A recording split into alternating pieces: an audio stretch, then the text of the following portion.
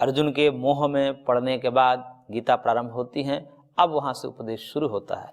तो श्लोक संख्या 11 से गीता प्रारंभ होती है। भगवान बोले हैं पहली बार, बीच में भी थोड़ा सा एक बार बोले हैं। कब? जब उन्होंने कहा कि मेरी रथ को बीच में ले चलो ताकि मैं देख लूं, तब वहां भगवान बोले हैं कि देख लो, ये सामने जो है भीष्म आदि है, इनको देख लो। इतना ही बोले हैं। ये उपदेश नहीं था, गीता नहीं था, ये सामान्य एक वाक्य था। अब भगवान उपदेश के रूप में यहाँ पर बोल रहे हैं और को कह रहे हैं कि त्वम असोच्यान अनवसोच च प्रज्ञावादन भाषा से करें कि असोच्यान, जो शोक न करने योग्य है, जिस पर शोक न करना चाहिए, उस पर तुम शोक कर रहे हो। और बात क्या कर रहे हो? प्रज्ञावादन भाषा से। प्रज्ञावादन यानी कि पंडितों की भांति, विद्वान की भांति बोल रहे हो। क्या?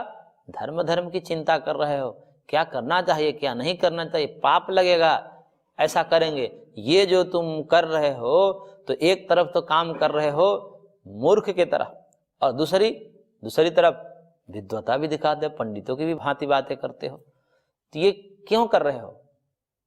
एक तरफ मोह और दूसरी तरफ पाप पुण्य की चिंता। ये तो पंडित का काम है। यदि पंडित हो तो फिर तुम्हें ये चिंता क्यों हुई? फिर पाप भी नहीं समझ में आना चाहिए तुम्हें कि इससे पाप होगा, गिर जाना चाहिए मूर्छित होकर के तुम्हें।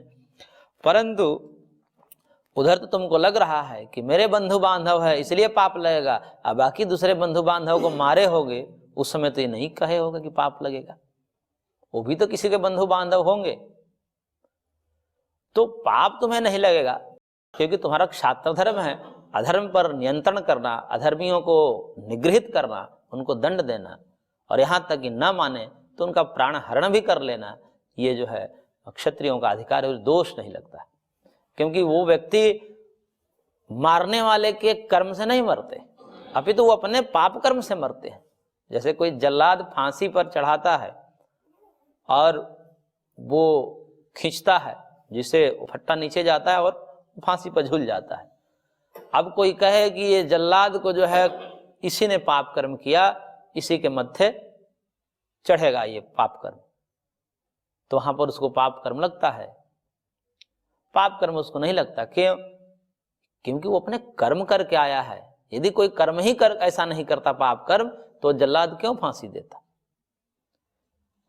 तो इसलिए वो जो पदवी बनाई गई है वो तो यथायोग्य व्यवहार करने के लिए, जो पापी आएगा उसका प्राण हरण किया जाएगा। ऐसे जघन्य पाप हुए जिसका एकमात्र यही दंड था कि प्राण हरण कर ले, क्योंकि सुधरने वाले थे नहीं, शांति से समझे नहीं। तो अब क्या उपाय है? तो वो जो भी मरेंगे वो अपने कर्मों से मरेंगे। तुम्हारा बस काम है क्षत्रियों के नाते कि इन अधर्म का नाश करो। तो कह रहे हैं कि इधर तुम्हें जो शोक नहीं करने योग्य है उस पर शोक कर रहे हो, और पंडितों की भांति वचन कर रहे हो, पाप हो जाएगा हमसे, हम पापी नहीं बनना चाहते हैं, हम सन्यासी बन जाएंगे, भिक्षा मांग लेंगे। ये जो बातें पंडितों की भी तरफ तुम करते हो, और यदि ऐसा तुम बातें करते हो तो तुम्हें पता होना चाहिए कि पंडित जो है, विद्वान होते हैं जो, वो गतासुन अगतासुन, यानी कि प्राण जिसके चले जाए अथवा नहीं चले जाए, जिसके प्राण अभी गए नहीं है या जिसके प्राण निकल गए नहीं, जो मर गया अथवा जो नहीं मरा, इन दोनों ही परिस्थितियों में विद्वान पंडित किसी पर शोक नहीं करते। पंडित की भांति तुम बात कर रहे हो तो पंडिताई भी करो। जैसे पंडित शब्द का व्याख्या करते हुए शंकराचार्य लिखे हैं कि जो विवेक बुद्धि है, विवेक बुद्धि को पंडा कहते हैं। विवेक बुद्धि जो सत असत का निर्धारण करती है, तो उस बुद्धि का नाम पंडा है, और उस बुद्धि से जो युक्त है वो पंडित है। तो विवेक रूपी बुद्धि जो सत असत का निर्धारण करती है, उस पंडा रूपी बुद्धि से जो युक्त है वो पंडित है। यानी कि सत असत का निर्धारण करने में तुम सक्षम हो, पाप पुण्य समझ रहे हो, तो ये भी तुमको समझना चाहिए कि पंडित कभी मरने वाला भी शोक नहीं करते, और जो जीवित है उसके लिए भी शोक नहीं करते, जो मर चुके हैं या जो मरने वाले हैं आगे, क्योंकि उनको पता होता है जातस्य ही ध्रुव मृत्यु, जो जन्म लिया है उसका मृत्यु आवश्यक है। जो वस्तु उत्पन्न होती है उसी दिन वो पुरानी होगी, नष्ट होगी, ये बात सबके मन में रहती है। जब कोई एक वस्त्र सिलवाता है, कुर्ता आदि सिलवाता है, तो उस समय भी वो नहीं रहता कि इतने दिन चलेगा, उसके बाद फट जाएगा, साल भर चलेगा, 6 महीना चलेगा। उसके मन में थोड़ी ये रहता कि यही परमानेंट रहेगा। क्यों? क्योंकि जो वस्तु उत्पन्न होती है वो नष्ट होती है। तो जो उत्पन्न हुई है वो नष्ट होगी, जो जन्म लिए हैं वो मरेंगे। तब उस विषय में मर चुके हैं या आगे मरने वाले, इस पर पंडित शोक नहीं करते। और यदि पंडितों की भांति तुम बातें कर रहे हैं तो तुम्हें भी इस बात पर शोक नहीं करना चाहिए। और न तो एव अहम जातु न आसम त्वम आसि इमे जनाधिपाः न आसम च न एव अतः परम वयम सर्वे न भविष्यामः। अर्थात कह रहे हैं कि देखिए इसमें यह है कि तुम जिसके विषय में सोच रहे हो कि हम मर जाएंगे, यही सोच रहे हो ना कि मर जाएंगे, तो कह रहे हैं कि देखिए ऐसा नहीं है कि अहम जातु न आसम, मैं स्वयं कह रहे हैं भगवान कि ऐसा नहीं था कि तुम जिस इस शरीर में मेरे को देख रहे हो, इस शरीर से पूर्व मैं नहीं था, ऐसा भी नहीं है। और न तुम आसी, तुम भी नहीं थे, ऐसा भी नहीं था। ये जो शरीर तुम्हारा मिला है, जिसको अर्जुन नाम दिया गया है, इस शरीर का कृष्ण नाम दिया गया है, इस शरीर में हम प्रथम बार हैं और तुम प्रथम बार, इससे पहले हम और तुम नहीं थे, ऐसा नहीं था। और ये भी बात नहीं था कि इमे जनाधिपा, ये जो राजा लोग हैं ये भी पहली बार आए हैं, इससे पहले इनका कहीं जन्म नहीं था, ऐसा भी नहीं था। ये पहले भी थे, आज भी हैं और आगे भी रहेंगे। तो जिसके मरने की तुम बात कर रहे हो वो कभी मरते नहीं। कि यहां पर आत्मज्ञान दे रहे हैं भगवान, आत्मा को ज्ञान दे करके उसको शोक दूर करने का प्रयास करना चाह रहे हैं कि जो तत्व ज्ञान दे दें, कि आत्म विषय ज्ञान दे करके उसके मोह को हरण करना चाहते हैं कि आत्मा तो मरती ही नहीं है। जिसको मरने की बात कर रहे हो कि मर जाएंगे, तो आत्मा तो नित्य है, अविनाशी है, अजर है, अमर है, और शरीर तो विनाशी हो तो मरता ही है। इसलिए जो अमर है, अविनाशी है, उसके मरने की बात तो मत सोचो। ये भीष्म है, ये द्रोण है, ये कोई भी है, ये सब मरते नहीं, आत्म रूप में सब नित्य हैं। शरीर बदलता है तो शरीर तो एक ना एक दिन बदलना ही है सबका। इसलिए आप इनको नहीं मार सकते, आप तत्वतः किसी आत्मा को नहीं मार सकते। इसलिए सब आत्म रूप में सब अजर हैं, अमर हैं, वो तुम्हारे मरने से नहीं मरेंगे। क्यों? क्योंकि पहले भी थे, हम भी पहले थे, तुम भी पहले थे, ये सब राजा महाराजा भी पहले थे, और वो सब शरीर का त्याग करके फिर आए हैं, और फिर इस शरीर का त्याग करके आगे फिर रहेंगे। इसलिए इनका नाश नहीं होगा। इसलिए तुम चिंता मत करो।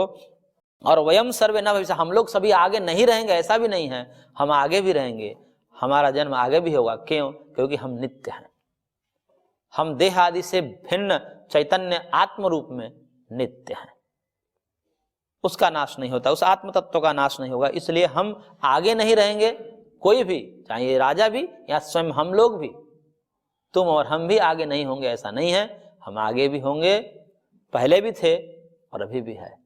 तो इसलिए शरीर तो बदलेगा, इसलिए इसकी चिंता मत करो। तो यहां से भगवान ये सांख्य का ज्ञान दे रहे हैं। इसलिए इस अध्याय का नाम सांख्य योग है। सांख्य का तात्पर्य है ज्ञान से, ज्ञान योग है, जिसको महाभारत में नास्ति सांख्य समम ज्ञानम नास्ति योग समम बलम, ऐसा व्यास जी ने कहा है कि सांख्य के समान कोई ज्ञान नहीं है इस धरती पर, योग के समान कोई बल नहीं है। तो इसलिए वो सांख्य जो ज्ञान है, उस सांख्य ज्ञान जो सर्वोत्कृष्ट ज्ञान माना जाता है, जिसका प्रतिपादन सर्वप्रथम महर्षि कपिल ने किया है। सांख्य शास्त्र है एक, 6 शास्त्रों में से एक शास्त्र, दर्शन शास्त्र सांख्य दर्शन है। तो उस सांख्य दर्शन के जो सिद्धांत हैं, उसी सिद्धांत के आधार पर भगवान यहाँ पर अर्जुन को मोह भंग करने का प्रयास कर रहे हैं। और वो क्या है? आत्मा का उपदेश करके, तत्व ज्ञान का उपदेश करके, कि आत्मा को तत्वतः इसके स्वरूप का प्रतिपादन कर दिया जाए, जिससे कि मरने मारने वाला जो विचार कर रहा था कि आत्मा मर जाएंगे, भीष्म मर जाएंगे, द्रोण मर जाएंगे, तो आत्मा तो मरता ही नहीं, इसलिए उसका शोक दूर हो जाए, इस कामना से भगवान ने पहले सांख्य योग का सहारा लिया। और फिर कह रहे हैं आगे, देहिनो अस्मिन् यथा देहे कौमारम यौवनम जरा तथा देहांतर प्राप्ति ही धीरस्तत्र न मुह्यति। कह रहे हैं कि यथा देहिना अस्मिन् देहे कौमारम यौवनम जरा तथा देहांतर प्राप्ति ही तत्र धीरा न मुह्यति। कह रहे कि जैसे इस देह में, ये देह है और इस देह में एक देही है, देह अर्थात शरीर, और देही मतलब शरीरी आत्मा, यानी कि शरीर को धारण करने वाला, जिसके कारण शरीर चल रहा है, अन्यथा शरीर लुढ़क जाएगा, गिर जाएगा, सड़ जाएगा। तो वो जो शरीर को धारण करने वाला कौन है? आत्मा, उसी को शरीरी कहा जाता है। तो जो शरीरी आत्मा है, उस आत्मा में देहिनो अस्मिन यथा देह, इस देह में उस देही आत्मा की जैसे क्या होती है? कौमार अवस्था होती है, यौवनावस्था होती है और वृद्धावस्था होती है। तो इस शरीर में एक आत्मा है, उस आत्मा ने अपने आप को बालपन में भी देखा और अपने को जवानी में भी देखा, और वो भी अपने आप को बुढ़ापा में भी देख रहा है, और बुढ़ापा में ये देख रहा है कि मैं जवान नहीं रहा, अब मेरा वो शरीर नहीं रहा, वो खत्म हो गई, वो जवानी खत्म हो गई। या जवानी में देख रहा है कि वो मेरा कौमार अवस्था, वो बाल्यावस्था वो नहीं रहा, यानी कि अपने शरीर को नष्ट होते हुए देख रहा है। शरीर को नष्ट होते हुए वो शरीरी आत्मा अपने आप को देख रहा है, परंतु क्या अपने आप को नष्ट हुआ मानता है? मैं नष्ट हो गया, मेरी अवस्था बदल गई, लेकिन मैं तो नहीं बदला, मैं तो वही हूं। तो वृद्धावस्था में भी वो कहेगा कि मैं तो वही हूं, मेरा शरीर बदला है, मेरी अवस्था बदली है, लेकिन मैं वही हूं। तो मैं वही हूं, तो जो वृद्धावस्था में पहुंचा या कोई यौवनावस्था में है, तो वो क्या शोक करता है कि मैं क्यों जवान हो गया? उसके लिए शोक करता है, उसको पता है कि सब क्रम है, चलेगा। बाल्यावस्था के बाद जो है किशोरावस्था, उसके बाद यौवनावस्था, उसके बाद प्रौढ़ा, फिर वृद्धावस्था, ये आती ही रहती है। तो जैसे एक ही शरीर में वो आत्मा इन विगत अवस्थाओं से शोक नहीं करता, ऐसे ही धीर लोग, पंडित लोग, विद्वान लोग आगे शरीर बदल जाए तो भी शोक नहीं करते, क्योंकि यहां भी तो शरीर बदला है, या कई शरीर बदले हैं। और विज्ञान के दृष्टि से विचार करें तो रोज न रोज शरीर बदल रहा है, कुछ न कुछ इसमें परिणाम हो रहे हैं। इसमें कोशिकाएं हैं, वो जो है कोई हफ्ते में बदल नष्ट हो जाती है, कोई महीनों में, कोई 2-3 दिन में ही बदल जाती है। तो अंदर परिणमन चल रहा है, रोज हम बदल रहे हैं। इसलिए बौद्धों का तो एक सिद्धांत है क्षणिकवाद, उसमें कहते हैं कि सर्वम क्षणिकम। हम 1 सेकंड पहले जो वस्तु देखते हैं वो दूसरी सेकंड में वस्तु नहीं रहती, बदल जाती है। जैसे दीप शिखा, दीपक की लौ जो होती है, वो लौ 1 सेकंड में जो लौ देखते हैं वो दूसरी सेकंड में वो नहीं होती है, विलीन हो जाती है, वो नष्ट हो जाती है, फिर दूसरी निकलती रहती है, बराबर वो नई नई लौ हैं। ऐसे ही शरीर भी क्या है, नित्य इसमें परिणाम हो रहा है, रोज बदल रहा है।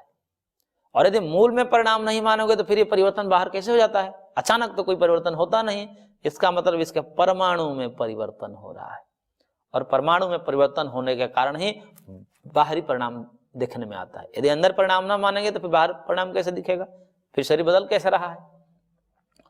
तो ये सब होते हुए भी इसी जीवन में वो शरीरी आत्मा ने अपने को कई बार अपना शरीर बदलते हुए देखा है।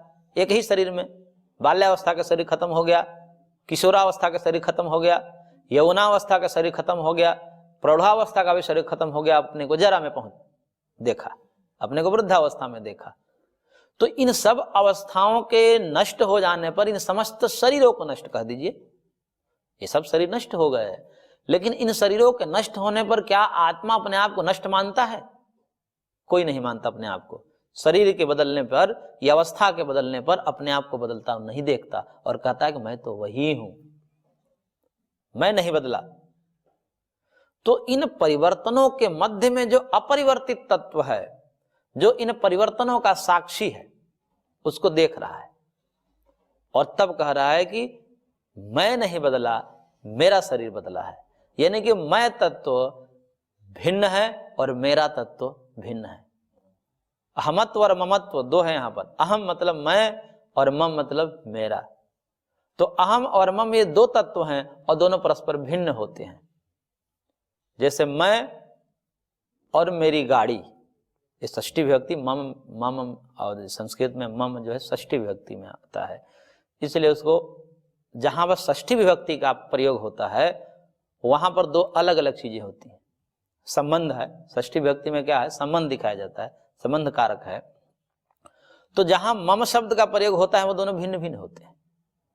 जैसे मेरी गाड़ी, तो गाड़ी मेरे से भिन्न है, मेरा घर, तो घर मेरे से भिन्न है। ऐसे ही यहां पर कहा जा रहा है कि मेरा शरीर बदल गया। मेरा मन बदल गया, मेरी बुद्धि बदल गई, लेकिन मैं नहीं बदला। सबका अनुभव है ये। शरीर तो बदलते हो तो देख ही रहा है, ये तो प्रत्यक्ष है, सब व्यक्ति अपने शरीर को देख रहे हैं। शरीर मेरा बदल गया, मन भी बदल जाता है। मन क्या है? मन का स्वरूप बताते हुए शास्त्रकारों ने निश्चय किया कि संकल्प विकल्पकात्मकम मनः, संकल्प और विकल्प करता है मन, और ये संकल्प विकल्प बदलते रहते हैं। पहले कुछ और संकल्प आते थे, अब कुछ और आते हैं, बदलते रहते हैं। तभी व्यक्ति से पूछा जाता है कि आप उस समय ऐसा सोचा करते थे, ऐसा कहते थे बचपन में, तो कहते हाँ उस समय ऐसा ही मेरा मन था, अब मैं वो नहीं रहा, मेरा मन अब बदल गया। तो मेरा मन बदल गया, बुद्धि भी बदल जाती है। बुद्धि का क्या स्वरूप है? तो महर्षि ने कहा, कपिल ने, क्योंकि सांख्य की चर्चा आ रही है तो स्मरण आ जाते हैं सूत्र। तो महर्षि कपिल ने कहा सांख्य शास्त्र में अध्यवसाय बुद्धि, बुद्धि का स्वरूप है निश्चय कराने वाली बुद्धि होती है। मन विकल्प देता है, ये करूं ये करूं, और बुद्धि उसमें से एक का चयन करती है। अपने ज्ञान के आधार पर, उसको कितना ज्ञान है, उसको कितनी समझ है, उसके आधार पर बुद्धि उसमें से निश्चय करती है। तो ये निश्चय कराने वाली बुद्धि होती है, अध्यवसायात्मिका बुद्धि होती है। ये निश्चय भी बदल जाते हैं हमारे। बचपन में मिट्टी के खिलौने में सुख का निश्चय था, वो निश्चय बदल गया। फिर जवानी में कहीं और सुख देखा हमने, थोड़ा सा और प्रौढ़ हुए तो फिर कहते हैं नहीं है भजन में सुख है, ये सब में कुछ सुख नहीं है, भजन करिए। तो ये बुद्धि भी बदल जाती है। इन सब बदलते हुए भी हम अपने आप को क्या कहते हैं? मैं वही हूं, मेरी बुद्धि बदली है, मैं वही हूं, मेरा मन बदला है, मैं वही हूं, मेरा शरीर बदला है। तो इसलिए जिस प्रकार से एक ही आत्म तत्व जो अनुभव करने वाला इस शरीर में, इसको अवस्था परिणाम होने पर, ये भिन्न भिन्न अवस्थाओं के बदलने जाने पर भी अपने आप को बदलता हुआ मालूम नहीं करता और कोई शोक नहीं करता। विगत अवस्था हो जाने पर फिर कोई शोक थोड़ी करता है। हम अभी युवा हैं तो शोक थोड़ी करते हैं कि क्यों युवा हुए, ये शोक नहीं होता है। ऐसे ही इस शरीर को छोड़कर के यदि दूसरा शरीर भी मिल जाए तो भी ज्ञानी लोग शोक नहीं करते। और तुम ज्ञानी जैसे बात कर रहे हो तो तुम्हें भी शोक नहीं करना चाहिए कि ये लोग शरीर बदल देंगे, इनका शरीर ही तो नष्ट होगा, आत्मा तो उस शरीर में भी रहेगा। इसलिए धीरस तत्र मुह्यति, जो धीर है, जिनकी बुद्धि स्थिर है, जो तत्वज्ञानी हैं, वो ऐसे विचलित नहीं होते, क्योंकि देह के नष्ट होने से आत्मा नष्ट नहीं होता। तो यहाँ पर ये अनुभव ही पर्याप्त है। इसलिए कहते हैं कि आत्मा के होने में तो कोई प्रमाण देने की आवश्यकता ही नहीं है, वो सबको अहम अस्मि के रूप में, मैं हूं के रूप में सबका आत्मा प्रत्यक्ष है। इसमें किसी को संशय है मैं हूं अथवा नहीं हूं? जी, मैं हूं अथवा नहीं हूं ऐसा संशय किसी को नहीं होता। और जहां संशय होता है वहां पर बातें चलती है कि भाई दो पक्ष हो गया, अब संशय हो गया मेरे को, इसलिए अब इस संशय को मिटाना आवश्यक है, इसलिए पता ना है अथवा नहीं है। आत्मा होती है अथवा नहीं होती है, वो शरीर से भिन्न है अथवा शरीर रूप है, ऐसा किसी को संशय उठ भी जाए तो भी अहम अस्मि, मैं हूं के रूप में किसी को संशय नहीं होता। और मैं वही हूं यह भी पर्याप्त है। मरते दम तक वो व्यक्ति कहेगा कि मैं वही हूं जो बचपन में था, लेकिन शरीर तो बदल गया। और यदि शरीर, कोई ये नास्तिक कहे कि भाई शरीर के अतिरिक्त आत्मा है ही नहीं, तो कहेंगे भैया यदि शरीर के अतिरिक्त आत्मा नहीं तो फिर क्या कहोगे? शरीर ही आत्मा है, जो चेतनता दिख रही है, ये जो ज्ञान, ये सुख दुख का अनुभव करने वाला कोई इसमें एक दिख रहा है, अनुभव में आ रहा है, तुमको भी सुख दुख होता है, सब देहधारियों को सुख दुख होता है, उस सुख दुख का कर्ता यानी कि अनुभव करता कौन है?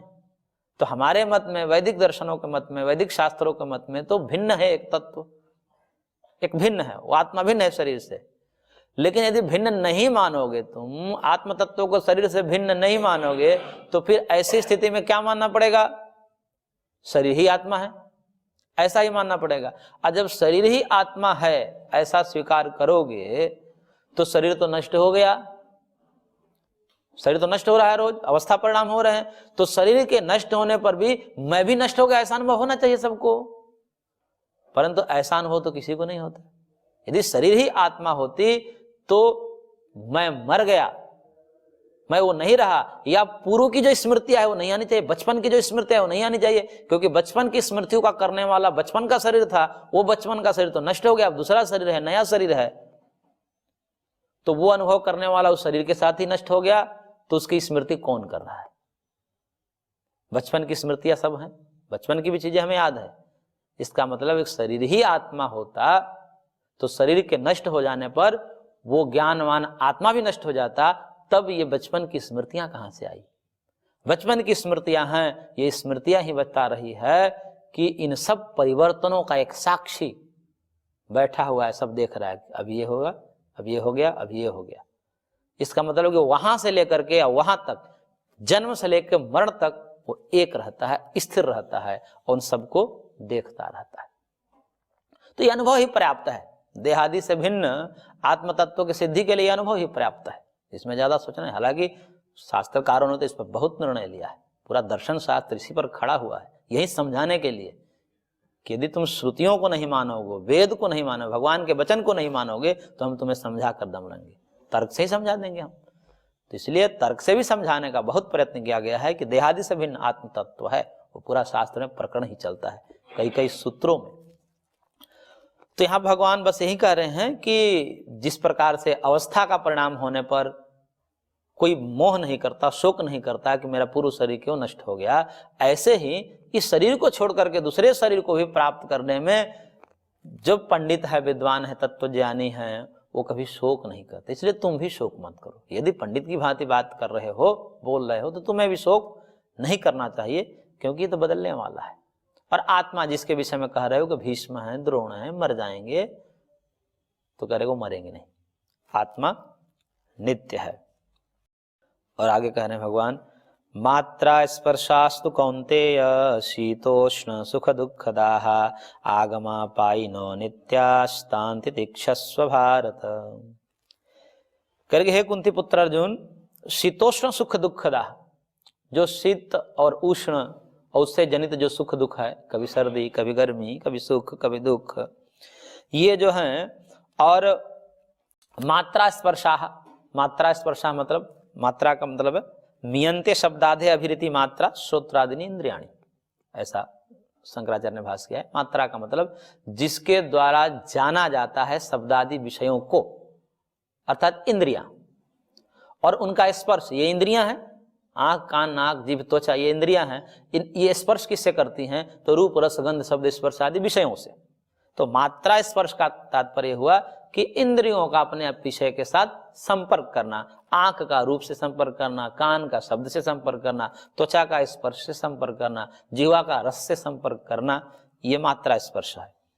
तो इस मात्रा स्पर्श से जो है इंद्रियों और विषयों के संयोग से जो उत्पन्न सुख दुख है, वो सब क्या है? आने जाने वाले हैं, आगमापायिन, आने जाने वाले हैं, इसलिए अनित्य है। जो आने जाने वाले होते हैं, जो कुछ देर के लिए टिकते हैं और फिर नष्ट हो जाते हैं, ऐसे वो कहते हैं कि विनाशी हैं, अनित्य हैं। तो विनाशी, नाशवान जो तत्व होते हैं, जो पदार्थ होते हैं, उनके लिए एक शास्त्र में शब्द प्रयोग किए गए हैं, अनित्य। आगमापायिन, आने जाने वाले हैं, इसलिए वो अनित्य हैं। ऐसे सुख दुख तो आते ही जाते रहते हैं जीवन में। अभी तुम्हें लग रहा है कि जो है संकट का काल है, मर जाएंगे, ये भी चला जाएगा, फिर तुम देखना, फिर ठीक हो जाओगे। जैसे किसी दिन किसी घर में मृत्यु हो जाती है, कुछ देर लगता है, कुछ देर लगता है, फिर सामान्य हो जाता है। ऐसे भी सुख भी होता है, सुख भी आता है तो खूब लगता है कि अब इससे तो बड़ा कोई सुख ही नहीं हो सकता, इसलिए वहां पर कुछ दिन लगता है और फिर सामान्य हो जाता है। तो इस प्रकार से जिस समय सुख हो उस समय भी व्यक्ति को कहना कि ये ज्यादा दिन तक नहीं रहे, ये जो हमारी दशा है उत्साह की, उमंग की, ज्यादा दिन रहने वाला नहीं है, क्योंकि पहले भी नहीं था, अभी उत्पन्न हुआ है, आगे भी नहीं रहेगा। और जैसे दुख आते हैं उस समय भी याद रखना चाहिए कि दुख भी ऐसे पहले नहीं था, अभी आया है, आगे खत्म हो जाएगा। तो इसलिए जब कभी भी सुख दुख के मौके आते हैं तो सुख दुख को ज्ञानी लोग समझते हैं कि अनित्य हैं, आने जाने वाले हैं। इसलिए तुम्हें यदि सुख दुख लगे भी तो ये समझकर उसको सहन कर लो कि ये रहने वाले नहीं है। अभी तुमको लग रहा है कि मार देंगे तो क्या होगा, इनको हम मार देंगे, हमें कष्ट होगा, ये कष्ट सहन कर लो, क्योंकि ये विपत्ति का समय तो है ही तुम्हारे लिए। लेकिन यदि इस विपत्ति के समय से नहीं गुजरोगे तो फिर तुम्हारा छात्र धर्म नष्ट हो जाएगा और तुम्हारी अपकीर्ति होगी, तुम्हारा यश खराब होगा, सब तुम्हारा खराब होगा, फिर नरकगामी होगे, मर करके भी जो है नरक में जाओगे। तो लोक परलोक तुम्हारा दोनों खराब हो जाएगा, इसलिए इसको थोड़ा सा सहन कर लो। तान तितिक्षस्व भारत, इसलिए हे भारत, हे भरत वंश में उत्पन्न अर्जुन, तुम इसको तितिक्षस्व, सहन कर लो। तो सहन कर लोगे तो इसका फल ये होगा, अमृत फल होगा। अब इससे विचलित हो जाओगे तुम, तो फिर तो तुम्हारा लोक परलोक दोनों खराब हो जाएगा। इसलिए चिंता मत करो, सह लो इसको। और क्योंकि ज्ञानी लोग सह लेते हैं, इस सुख दुख में सह करके, और फिर अपने कर्तव्य को छोड़ते नहीं हैं। क्योंकि ये सुख दुख क्या होते हैं, हमारे कर्म को बाधित करते हैं। जैसे कोई सुख का दिन है, जिस दिन भाई बोले कि अब आज तो बड़ी खुशी का दिन है, तो कहते हैं कि आज कोई काम नहीं होगा, आज तो खुशी मनाएंगे। तो ये खुशी भी हमारे कर्तव्य को बाधित करती है। और दुख हो गया तो भी काम ठप पड़ जाते हैं, बोल कि नहीं आज तो काम नहीं होगा, आज तो दुख का दिन है, शोक मनाएंगे। तो ये सुख दुख दोनों हमारे कर्तव्य के बाधक हैं। जबकि ये कर्म भूमि है, इसमें कर्म अनवरत चलता है, सृष्टि में कर्म चल रहा है। धरती अपना घूमना बंद नहीं करती, रात में भी चलती रहती है। ये पूरा ब्रह्मांड गतिशील है, चलता है, कभी बंद नहीं पड़ता। इसलिए सुख दुख में सम रह करके अपने कर्तव्य से गिरना नहीं चाहिए, कर्तव्य करते रहिए। मृत्यु होगी, सुख होगा कभी, लेकिन इसमें कर्तव्य जो है बाधित नहीं होना चाहिए। क्योंकि उस समय जो आपने कर्तव्य बाधित कर दिया, उतना समय तो आपका खराब हो गया। उतने में कर्म संग्रह कर लेते, कुछ पुण्य बटोर लेते। तो इसलिए सुख और दुख दोनों कर्म में बाधक हैं।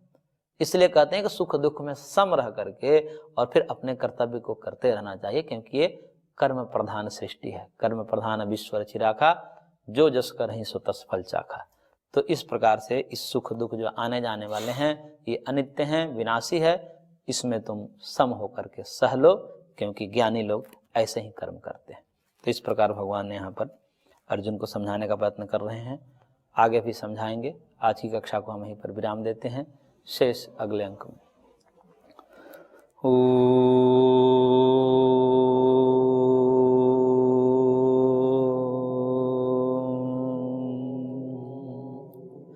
शांति शांति शांति।